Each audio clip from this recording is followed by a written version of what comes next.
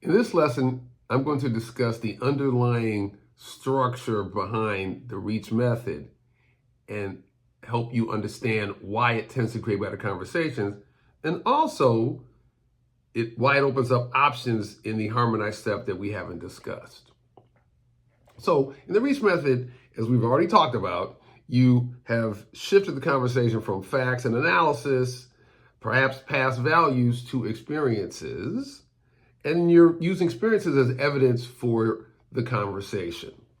Now, in a normal conversation, based on experiences, it might be one where the other person is talking about their experiences that support their position, and you talk about your experiences that support your position. And you could go back and forth on that forever. But imagine that there's a grid where on one axis, there's your experiences, their experiences, and another there is your position, their position. Here's what the reach method is doing. You first ask them for experiences that relate to their position, and you give that full hearing. You give that room. You hear them out. You paraphrase. You do all those things. Then you offer your experiences that lead some credence, some credibility to their position. So that's what the agree step is about, to create that connectivity. You let that marinate.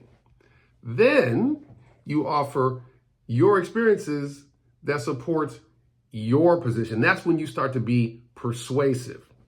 Now, some people, what is useful to do in the harmonized step before you close is to inquire.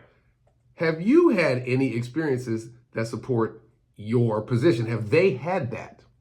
So if sometimes they do. So if that has happened, then you're in a collaborative space where there's experiences that you both have had that support their position, the experiences you both have had that support their position, and you're now looking at all those things and trying to make sense of the world together. Imagine that for the gun control issue. I'm pro gun control.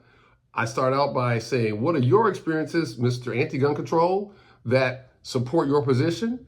And it turns out I've had experiences that support that position. It's the minority. It's the minority, but I've had those experiences, and I let them talk. Then I agree with them through experience. Then I shift to my experience to support my position, and I might even ask them, have they had any experiences that support my position? So now we're in a collaborative understanding, a collaborative conversation about how the world works, and we're working together to figure out what's true. We will say more about this step and the way you, in the harmonized step, you not just close out well, but you also can have this conversation about whether they've had experiences that support your position. And this is an important part of persuasion, to try to move them away from their opinion. All right, let's get to work.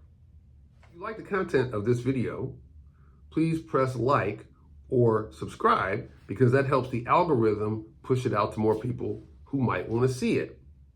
Anything you do in support, whether it's a like or a subscribe or a share or even a small financial contribution to this self-funded project, is helpful in making sure we can continue this important work of spreading compassion for the sake of democracy.